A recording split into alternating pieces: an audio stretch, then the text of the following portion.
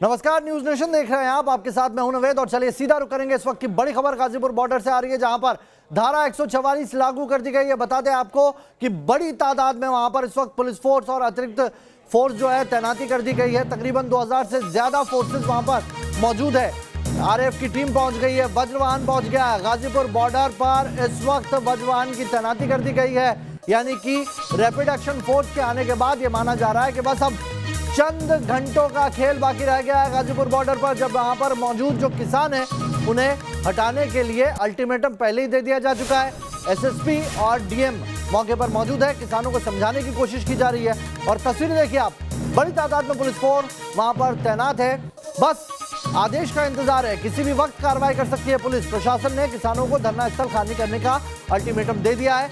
इधर दूसरी तरफ किसानों की तरफ से क्या हुआ है तो वो बता दें आपको। टिकैत कह रहे हैं गोली खाऊंगा लेकिन हटूंगा नहीं, आत्महत्या की धमकी दे रहे हैं। ये भी कह रहे हैं कि सरेंडर नहीं करूंगा, और ये तक कह रहे हैं कि आंदोलन जारी रहेगा। लेकिन पुलिस मनाने की कोशिश कर रही है। जो प्रशासन है खुद डिस्ट्रिक्ट मजिस्ट्रेट पहुंचे हुए हैं, मनाने की कोशिश कर रहे हैं। और अगर नहीं मानते हैं तो एक्शन की पूरी तैयारी है, और अगर पुलिस को सिर्फ आदेश मिलने की देर है वहां पर एक्शन ले लिया जाएगा। राकेश टिकैत देखिए आपको, लगातार वो यही कहते पाए जा रहे हैं कि गोली खाऊंगा लेकिन हटूंगा नहीं। अनशन पर बैठ गए, ये तक कह दिया उन्होंने कि पानी नहीं पीऊंगा, गाजियाबाद का गांव से आएगा तभी पानी पीऊंगा। लेकिन इधर दूसरी तरफ पुलिस अपनी पूरी तैयारी मुकम्मल कर चुकी है। 2000 से ज्यादा फोर्सेज वहां पर मौजूद है। गाजियाबाद के तमाम थानों की फोर्स तो है ही, साथ ही रैपिड एक्शन फोर्स भी वहां पर बुला लिया गया है। वज्रवाहन वहां पर कई तैनात कर दिए गए हैं, साथ ही 144 धारा यहां पर लगा दी गई है। तो खबर कट टू कट के स्पेशल में आइए आपको दिखाते हैं दिल्ली हिंसा की कुछ और तस्वीरें जो आपने अब से पहले शायद नहीं देखी होगी। 26 जनवरी पर हुई हिंसा के दौरान किसानों ने हर हद यहां पर पार कर दी, लेकिन खाकी पहने जवान रत्ती भर नहीं दिखे। आपको दिखाते हैं वो तस्वीरें जिसे देखने के बाद आपकी जुबान से भी यही निकलेगा, ए जवान तेरी बहादुरी को सलाम।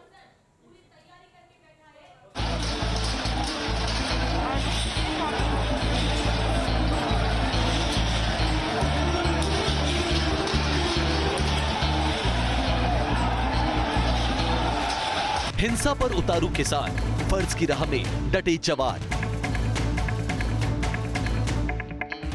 सामने फरसे और तलवार, वर्दी वालों ने नहीं मानी हार। दिल्ली बोली ये क्या किया किसान, देश बोला तुझे सलाम मेरे जवान। 26 जनवरी गणतंत्र के जश्न के इतिहास में आंदोलन की हिंसा ने काला पन्ना जोड़ दिया। उन्मादी आंदोलनकारियों ने ना तो गणतंत्र का सम्मान किया और ना लाल किले की गरिमा का ख्याल रखा। इस हो हल्ले, इस घमासान के बीच भी अपनी ड्यूटी पर डटे रहे बहादुर जवान। आज आपको वो तस्वीरें दिखाएंगे जो आपको रूबरू करवाएंगी उन हिम्मत वालों से जिन्होंने 26 जनवरी के दिन नफरत के जहर का डटकर सामना किया। चिंतामणि चौक, 26 जनवरी को चिंतामणि चौक से भी उग्र किसानों ने दिल्ली के अंदर घुसने की कोशिश की थी, लेकिन उनका सामना हुआ एडिशनल डीसीपी संजय सेन और उनके जवानों से।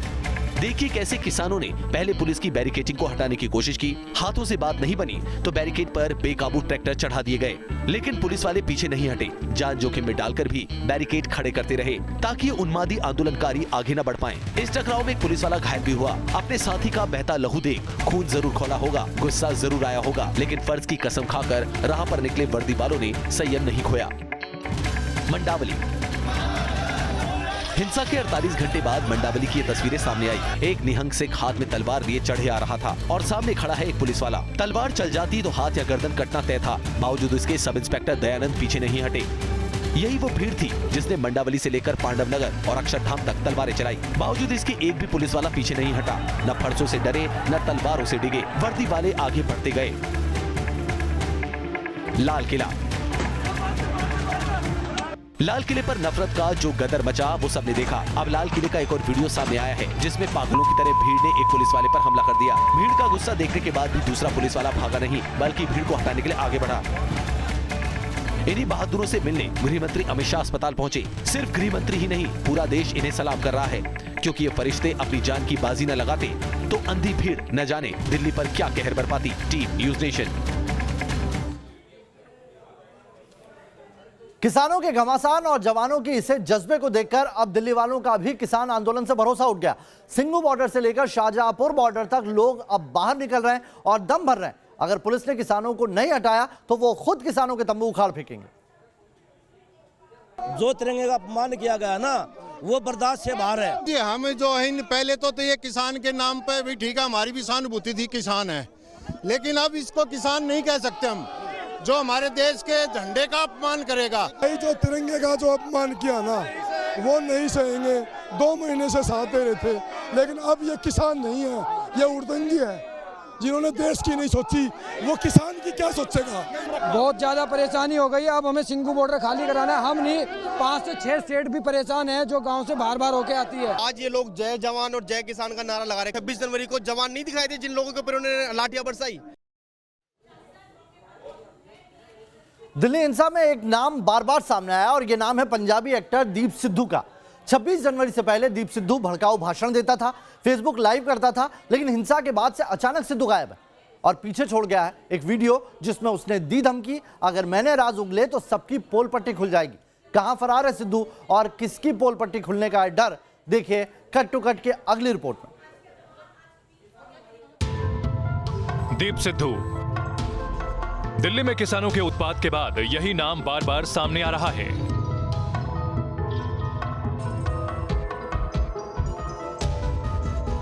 किसानों का समर्थन करने वाले कांग्रेस सांसद रवनीत सिंह बिट्टू से लेकर भारतीय किसान यूनियन के राकेश टिकैत तक सबकी जुबान पर एक ही मांग है, दीप सिद्धू को गिरफ्तार करो।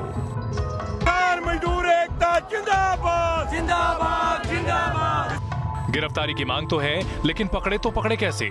दीप सिद्धू तो फरार है। दीप सिद्धू किसानों के बीच भड़काऊ भाषण देता दिखा था, फिर वो लाल किले पर हिंसा के दौरान वीडियो बनाता नजर आया था और 27 जनवरी को उसे किसानों ने खदेड़ दिया था। तभी से दीप सिद्धू का कुछ अता पता नहीं है। दीप सिद्धू की फरारी के साथ ही एक वीडियो सामने आया जिसमें भड़काने वाला ये एक्टर कुछ लोगों के राज खोलने की धमकी देता है। ਹੁਣ ਮੈਂ ਕੀ ਗੱਲਾਂ ਕਰਾਂ ਤੁਹਾਡੇ ਨਾਲ, ਜੇ ਮੈਂ ਬਾਲੀਆਂ ਗੱਲਾਂ ਖੋਲੂੰਗਾ ਨਾ, ਹਜੇ ਤਾਂ ਬਹੁਤ ਗੱਲਾਂ ਖੋਲ ਸਕਦਾ ਮੈਂ, ਬੜੀਆਂ ਗੱਲਾਂ ਖੋਲੀਆਂ ਜਾ ਸਕਦੀਆਂ, ਪਰ ਹਜੇ ਟਾਈਮ ਨਹੀਂ ਆ, ਹਜੇ ਬਹੁਤ ਗੱਲਾਂ ਨੂੰ ਪੀਣਾ ਪਊਗਾ। ਪਰ ਮੈਂ ਸੱਚ ਨੂੰ ਸਾਹਮਣੇ ਲਿਆ ਕੇ ਤੁਹਾਡੇ ਰੱਖੂੰਗਾ, ਦਲੀਲ ਰੱਖੂੰਗਾ, ਇੱਕ ਇੱਕ ਗੱਲ ਦੀ ਦਲੀਲ ਦੇਵਾਂਗਾ ਤੁਹਾਨੂੰ। ਔਰ ਬਹੁਤ ਕੁਝ ਪੀ ਬੈਠਾ ਹਜੇ ਅੰਦਰ, ਜੇ ਮੈਂ ਕਿਤੇ ਪਰਤਾਂ ਫਰੋਲਣ ਤੇ ਆ ਗਿਆ ਨਾ, ਤੇ ਇਹ ਸਾਰਾ ਕੁਝ ਖੋਲਣ ਤੇ ਆ ਗਿਆ, ਜਿਹੜੇ ਗੁੱਜੇ ਭੇਦ ਹੁੰਦੇ ਆ, ਤਾਂ ਇੱਥੇ ਭੱਜਿਆਂ ਨੂੰ ਰਾਹ ਨਹੀਂ ਦੇਖ ਮਿਲਨੇ। इस वीडियो को देख सवाल उठे, दीप सिद्धू के पास किसके ऐसे राज हैं जिनका पर्दाफाश हंगामा कर देगा? क्या दीप सिद्धू किसान लीडर्स को बेपर्दा करने की धमकी दे रहा है, या फिर दीप सिद्धू के सीने में किसी नेता या पार्टी के राज दफन हैं? दीप सिद्धू की तलाश के लिए न्यूज नेशन के रिपोर्टर पंजाब के मुक्तसर में उसके गांव भी पहुंचे, लेकिन दीप सिद्धू का कोई अता पता नहीं चला।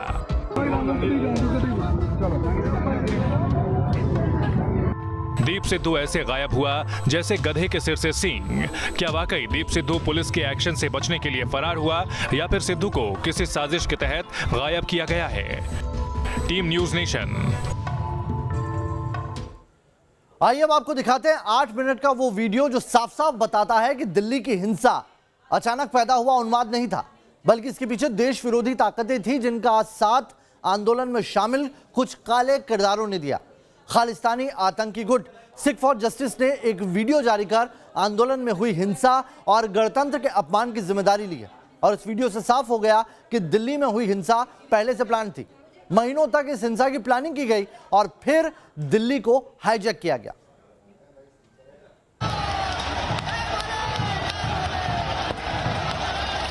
लाल किले पर हंगामा साजिश थी।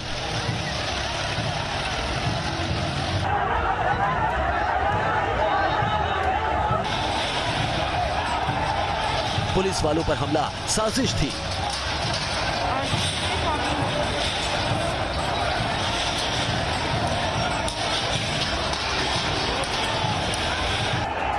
लोगों को भड़काना साजिश थी।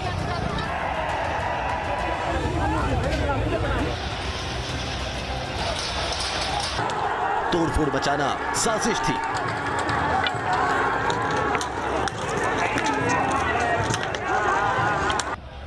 छब्बीस जनवरी को जो कुछ हुआ उसकी तासीर से लेकर तकरार तक सबकी सब साजिश थी।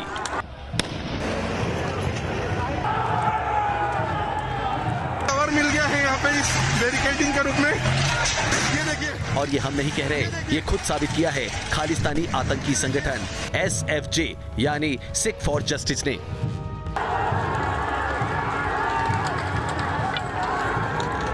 आठ मिनट के इस वीडियो में सिख फॉर जस्टिस का सरगना गुरबत पंत सिंह पन्नू नजर आता है और पन्नू साफ साफ कहता है कि सिख फॉर जस्टिस दिल्ली हिंसा की जिम्मेदारी लेता है। यानी पन्नू कबूलता है कि किसान आंदोलन में कुछ तत्वों के साथ SFJ की साठगांठ थी।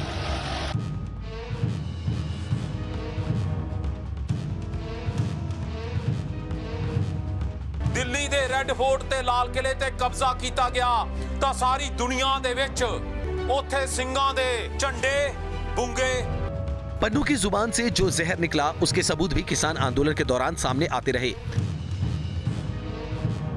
कभी विरोध प्रदर्शन में खालिस्तानी आतंकी भिंडरवाले के पोस्टर नजर आए तो कभी सिंघू बॉर्डर पर शर्जील इमाम जैसे किरदारों की रिहाई की मांग की गई। और तो और लाल किले पर हंगामे के बाद वॉशिंगटन में खालिस्तानी झंडों का लहराना सबूत दे गया कि इस हिंसा की जड़ में खालिस्तानी साजिश थी।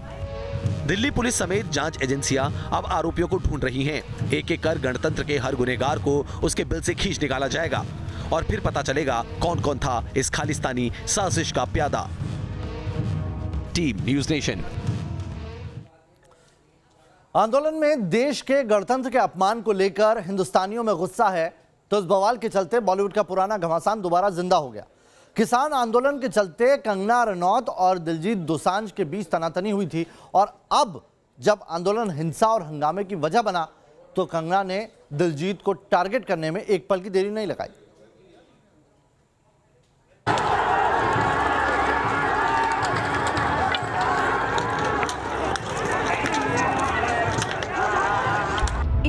को जो खुद को किसान कहते हैं या आतंकी, इन लोगों को जो प्रोत्साहन दे रहे हैं। 26 जनवरी को राजधानी दिल्ली में जो कुछ हुआ उसे देख हर कोई सन्न रह गया। लाल किले पर जब किसानों ने अपनी सारी हदों को पार कर देश की इज्जत को तार-तार किया और इस हंगामे से एक बार फिर जिंदा हो गई बॉलीवुड में किसान आंदोलन पर चल रही अदावत, यानी कंगना रनौत वर्सेस दिलजीत दोसांझ। कंगना रनौत और पंजाबी सिंगर के बीच पिछले 3 महीनों से किसान आंदोलन के मुद्दे पर ट्विटर वॉर छिड़ा हुआ है और कल किसान रैली में जो हुआ उसने कंगना को दिलजीत पर निशाना साधने का सीधा सीधा मौका दे दिया। कंगना ने दिलजीत और प्रियंका चोपड़ा को टारगेट किया अपने ट्वीट के साथ।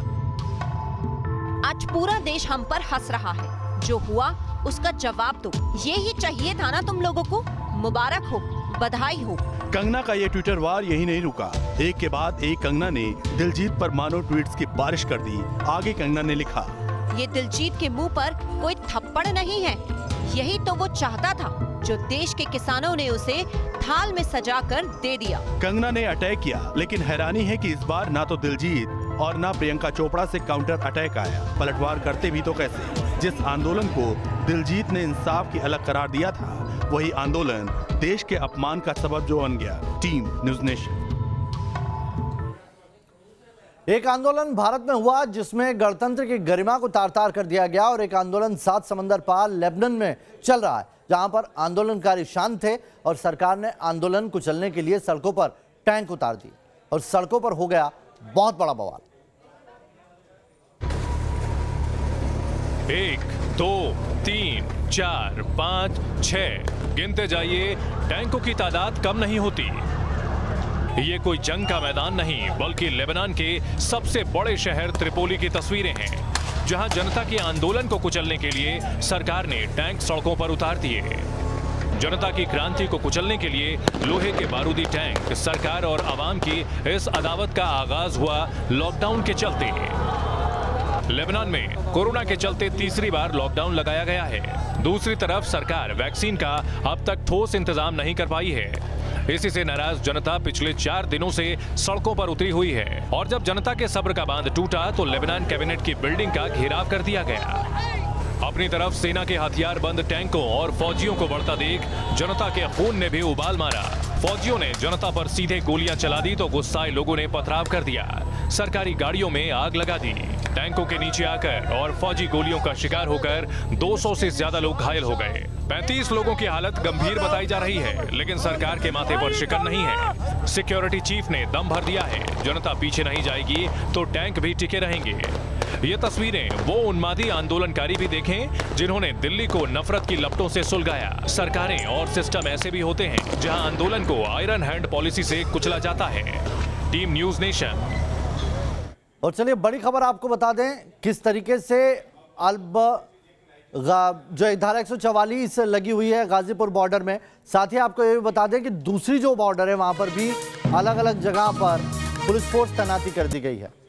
अक्षरधाम की बात करें तो यहां पर अक्षरधाम में जाम लगा हुआ है और अक्षरधाम में जाम के पीछे वजह गाजीपुर रास्ते को बंद करना है। गाजीपुर आपको बता दें कि गाजीपुर बॉर्डर पर किसानों को हटाने के लिए प्रशासन ने अल्टीमेटम दे दिया है। धारा 144 वहां पर लागू है, दोनों तरफ से रास्ते को ब्लॉक कर दिया और वहां पर बड़ी तादाद में इस वक्त पुलिस फोर्स की तैनाती की हुई है और उसी की वजह से जो जाम है वो लगातार बढ़ता जा रहा है, क्योंकि अब शाम का वक्त है और ऐसे में जो लोग दफ्तर से घर में जाने के लिए निकले हैं उन्हें इस जाम से दो चार होना पड़ रहा है और गाजीपुर से लेकर अक्षरधाम तक पूरा रोड इस वक्त भारी जाम से जूझ रहा है। NH24 बंद करने की वजह से हालात पैदा हुए हैं। हालांकि डाइवर्जन कई जगह पर पहले से ही दिया हुआ है, लेकिन उसके बावजूद जो लोग इस वक्त घरों की तरफ निकल रहे हैं उन्हें खासी दिक्कतों का सामना करना पड़ रहा है। गाजीपुर बॉर्डर जो बंद की गई है, NH24 को कुछ इलाकों को जो बंद किया है उसकी वजह से अक्षरधाम तक जाम चला गया है और ये जाम आगे और बढ़ने की उम्मीद जताई जा रही है, क्योंकि अभी तक गाड़ियों को निकासी की कोई जगह नहीं मिल पा रही है।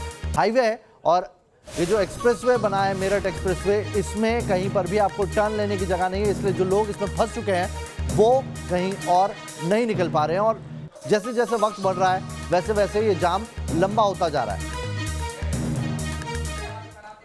ये तस्वीर आपके सामने हम दिखा रहे हैं अक्षरधाम की। ये तस्वीरें देखिए किस तरीके से गाड़ियों की लंबी कतार आपको देखने को मिलेगी और ये गाड़ियों की लंबी कतार जो है ये गाजीपुर बॉर्डर पर जो प्रशासन ने किसानों को हटाने के लिए जो कार्रवाई की है वहां पर धारा 144 लगाई है, उसके बाद का असर है।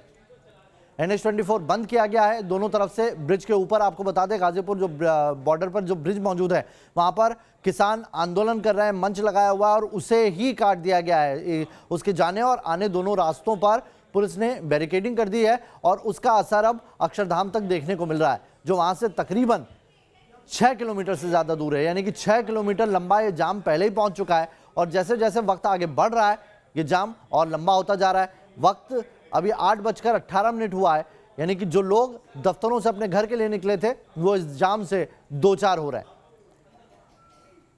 दूसरी तरफ गाजीपुर बॉर्डर पर पुलिस प्रशासन डटा हुआ है, वहां पर अतिरिक्त फोर्स बुला लिया गया है। न सिर्फ गाजियाबाद के तमाम थानों की फोर्स को वहां लगाया गया है बल्कि रैपिड एक्शन फोर्स और वज्र वाहन भी लगा दिए गए हैं। किसान नेताओं से अभी भी बातचीत का दौर जारी है। वहां पर प्रशासन जिसमें SSP और DM खुद मौजूद हैं वो समझाने की कोशिश कर रहे हैं, राकेश टिकैत और वहां पर मौजूद जो दूसरे नेता हैं उनको, लेकिन अगर वो नहीं मानते हैं तो वहां बल प्रयोग किया जा सकता है, किसानों को हटाया जा सकता है। अल्टीमेटम दे दिया गया है आज रात का, यानी कि आज 11 से 12 बजे के बीच में बड़ी कार्रवाई यहां पर की जा सकती है और उसी का साइड इफेक्ट है कि NH24 पर लोगों को लंबा जाम देखने को मिल रहा है। चलिए इस बुलेटिन में अभी के लिए इतना है।